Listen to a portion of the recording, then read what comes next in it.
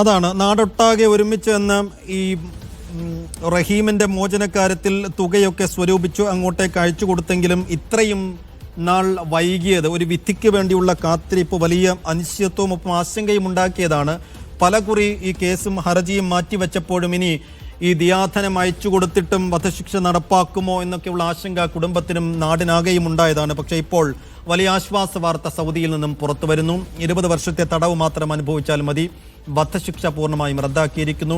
അതാ കുടുംബം അംഗീകരിക്കുകയും ഈ സൗദി പൗരന്റെ കുടുംബത്തിന് ഇനി കാര്യമായ ഒരു കടുംപിടുത്തം ഇക്കാര്യത്തിൽ ഇല്ല എന്ന കാര്യത്തിലും ഒരു വ്യക്തത വരികയാണ്. അങ്ങനെയെങ്കിൽ 1 വർഷം കൂടി ജയിൽ ശിക്ഷ അനുഭവിക്കണം. 2026 ഡിസംബറോടുകൂടി ശിക്ഷാ കാലാവധി പൂർത്തിയാകും. അങ്ങനെയെങ്കിൽ ഡിസംബറിൽ തന്നെ അല്ലെങ്കിൽ 2027 തുടക്കത്തിൽ ഈ റഹീമിന് ജയിൽ മോചിതനാകാം എന്നതാണ്. കഴിഞ്ഞ 19 വർഷമായി ഈ സൗദി പൗരന്റെ കൊലപാതക കേസിൽ കോഴിക്കോട് സ്വദേശിയായ അബ്ദുൾ റഹീം സൗദിയിലെ ജയിലിൽ കഴിയുകയാണ്. ഇനിയിപ്പോൾ കാര്യമായ സാങ്കേതിക പ്രശ്നങ്ങളോ കാര്യമായ തടസ്സങ്ങളോ ഇല്ല എന്നുകൂടി അറിയാൻ കഴിയുന്നു. അഫ്താബ്, ഈ നിയമസഹായ സമിതി അവിടെ കാര്യമായ രീതിയിൽ ഈ കാര്യങ്ങൾ ചെയ്തു, കോടതിയിലെ കാര്യങ്ങളും പുറത്തുള്ള കാര്യങ്ങളും ഒക്കെ ചെയ്തു എന്നാണ് അറിയാൻ കഴിയുന്നത്. നമുക്ക് അവരുടെ ഒരു പ്രതികരണമൊക്കെ വരും സമയം ലഭ്യമാകുമെന്ന് കരുതാമോ? തീർച്ചയായും. കാരണം ഈ കേസുമായി ബന്ധപ്പെട്ട്, റഹീമിന്റെ കേസുമായി ബന്ധപ്പെട്ട് ഈ കേസിൽ തുടക്കം മുതൽ തന്നെ ഇടപെട്ടിരുന്നത് റിയാദിലെ നിയമസഹായ സമിതിയാണ്. ഈ നിയമസഹായ സമിതിക്ക് കീഴിലാണ് ഏതാണ്ട് 34 കോടി രൂപയോളം സ്വരൂപിക്കാനുള്ള ശ്രമങ്ങൾ തുടങ്ങുന്നത്. അതിനായി പ്രത്യേക ആപ്പ് ഉൾപ്പെടെ രൂപീകരിക്കുകയും ഏതാണ്ട് ദിവസങ്ങൾ കൊണ്ടാണ് ആ തുകയിലേക്ക് എത്തുകയും ഒടുവിൽ ആ പണം അദ്ദേഹത്തിന്റെ കുടുംബത്തിന് കൈമാറുകയും ചെയ്തത്. പക്ഷേ ഈ പ്രഖ്യാപിച്ച അല്ലെങ്കിൽ ആവശ്യമായ തുകക്ക് അപ്പുറത്തേക്ക് പണം എത്തുന്ന തരത്തിൽ കേരളത്തിൽ നിന്നും ഒപ്പം തന്നെ പ്രവാസിയിൽ നിന്നും വലിയ തോതിൽ പ്രതികരണമുണ്ടായി. അതിന്റെ അടിസ്ഥാനത്തിലാണ് അത്രയധികം തുക സ്വരൂപിക്കാനും സാധിച്ചത്. ഇനി ഏതായാലും നിലവിൽ ഈ കേസുമായി ബന്ധപ്പെട്ട് റഹീമിന്റെ അറ്റോർണിയായി, കുടുംബത്തിന്റെ പ്രതിനിധിയായി കോടതിയിൽ ഉണ്ടായിരുന്നത്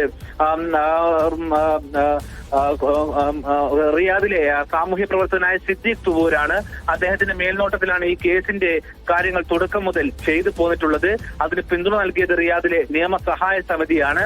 മറ്റൊരു പ്രധാനപ്പെട്ട കാര്യം, ഇന്ന് റഹീമും കോടതിയിൽ ഓൺലൈനായി ഈ വിധി കേൾക്കാനുണ്ടായിരുന്നു. അദ്ദേഹവും ഈ വിധി കേട്ടിട്ടുണ്ട്. ഒരുപക്ഷെ ഏറ്റവും ആശ്വാസം അദ്ദേഹത്തിനായിരിക്കും. കാരണം വലിയ തോതിൽ അനിശ്ചിതാവസ്ഥ നിലനിന്നിരുന്ന ഒരു കേസാണ് ഇത്. സാധാരണ രീതിയിൽ സൗദിയിൽ ഇത്തരം കേസുകൾ ഉണ്ടാകാറുണ്ടെങ്കിലും അതൊരു പക്ഷേ ഇത്രയധികം ജനകീയമായ ഒരു ചർച്ചയായോ അല്ലെങ്കിൽ തന്നെ വലിയ തോതിൽ പൊതുപ്രതികരണം ആവശ്യമായി വരുന്ന, ഫണ്ടിങ് ആവശ്യമായി വരുന്ന കേസായോ മാറാറില്ല. പക്ഷെ ഈ ഒരു കേസിൽ അതൊരു സൗദി ബാലനാണ് കൊല്ലപ്പെട്ടത് എന്നതിനാൽ തന്നെ ആ കുടുംബം ഈ കേസിൽ നിന്നും അവരെങ്കിലും മാറിപ്പോകട്ടെ എന്നുള്ള തരത്തിലായിരുന്നു കുടുംബം തുടക്കം മുതൽ തന്നെ ഈ കേസുമായി ബന്ധപ്പെട്ട് പ്രതികരിച്ചത്. എന്ന് വെച്ചാൽ ഒരു പക്ഷേ ഒരാൾക്ക് താങ്ങാൻ കഴിയാത്ത തുക പോലും പറഞ്ഞത് അവർ വീണ്ടും ആവശ്യവുമായി മുന്നോട്ട് വരാതിരിക്കാനായിരിക്കും. പക്ഷേ എന്നിട്ട് പോലും കേരളം ഒന്നടങ്കം നിന്നുകൊണ്ട് ആ തുക സ്വരൂപിച്ച് കൈമാറുകയും ചെയ്തു. അതിനെല്ലാം കീഴിൽ പ്രവർത്തിച്ചത് റിയാദിലെയും ഒപ്പം തന്നെ നാട്ടിലെയും നിയമസഹായ സമിതിയാണ്. ഒരുപക്ഷെ ആ ഉമ്മയുടെ കണ്ണീർ നമുക്കറിയാം, കഴിഞ്ഞ കുറെ മാസങ്ങളായി അനിശ്ചിതാവസ്ഥ. എന്ന് വെച്ചാൽ എന്താണ് കോടതിയിൽ നടക്കുന്നത് എന്നത് പോലും, അല്ലെങ്കിൽ എന്താണ് ഇനി കോടതിയിൽ നിന്ന് വിധിയായിട്ടുണ്ടാവുക എന്നത് പോലും കൃത്യമല്ലാത്ത രീതിയിലായിരുന്നു നടപടിക്രമങ്ങൾ നടന്നത്. കാരണം ഒന്നിനും നിശ്ചയമില്ല. കാരണം പ്രത്യേകിച്ച് ഈ കേസുമായി ബന്ധപ്പെട്ട് ഇനി അടുത്തൊരു സ്റ്റെപ്പ് എന്തായിരിക്കും എന്നുള്ള കാര്യത്തിൽ നിയമസഹായ സമിതിക്ക് പോലും കൃത്യമായൊരു മറുപടി കഴിയാത്തൊരു സ്ഥിതി കോടതി നടപടിക്രമങ്ങളുമായി ബന്ധപ്പെട്ടുണ്ടായിരുന്നു. ഏതായാലും വിശദമായി ഇത് പരിശോധിച്ച ശേഷമാണ് ഇന്ന് ജഡ്ജി എത്തിയത്. അതിനുശേഷമാണ് ഇപ്പോൾ വിധി പ്രസ്താവിച്ചിരിക്കുന്നത്. 20 വർഷം തടവ് മാത്രം അനുഭവിച്ചാൽ മതി. അതോടുകൂടി അടുത്ത വർഷം ഡിസംബറോടുകൂടി അദ്ദേഹത്തിന് ജയിൽ ശിക്ഷാ കാലാവധി പൂർത്തിയാക്കാം. അതിനുശേഷം ഏതാണ്ട് ആഴ്ചകളുടെ, ഒരു പക്ഷേ 2027 തുടക്കത്തിലോ മറ്റോ അദ്ദേഹത്തിന് മോചിതനാകാൻ പറ്റുമെന്നുള്ളതാണ് നിലവിലെ വിധിയുടെ അടിസ്ഥാനത്തിൽ മനസ്സിലാക്കുന്നത്. എങ്കിൽ പോലും ഇതിൽ അപ്പീലിനോ മറ്റോ ഉള്ള സാധ്യതകൾ റിയാദിലെ നിയമസഹായ സമിതി തേടുന്നുണ്ട്. അത്തരം അപ്പീൽ സാധ്യതകൾ ഉണ്ടെങ്കിൽ അത് മുന്നോടിയായി തന്നെ ജാമ്യത്തിലോ മറ്റോ ഇറങ്ങാനുള്ള സാധ്യതകൾ ഉണ്ടെങ്കിൽ അതും തേടുന്നുണ്ട്. ഏതായാലും അതിന് വിധി പകർപ്പ് വിശദമായി ലഭ്യമാകണം. അല്പസമയം മുമ്പാണ് വിധി പുറത്തിറങ്ങിയിട്ടുള്ളത്. ആ വിധി പകർപ്പ് പഠിച്ച ശേഷമായിരിക്കും ഇതുമായി ബന്ധപ്പെട്ട പ്രതികരണം റിയാദിലെ നിയമസഹായ സമിതി നടത്തുക.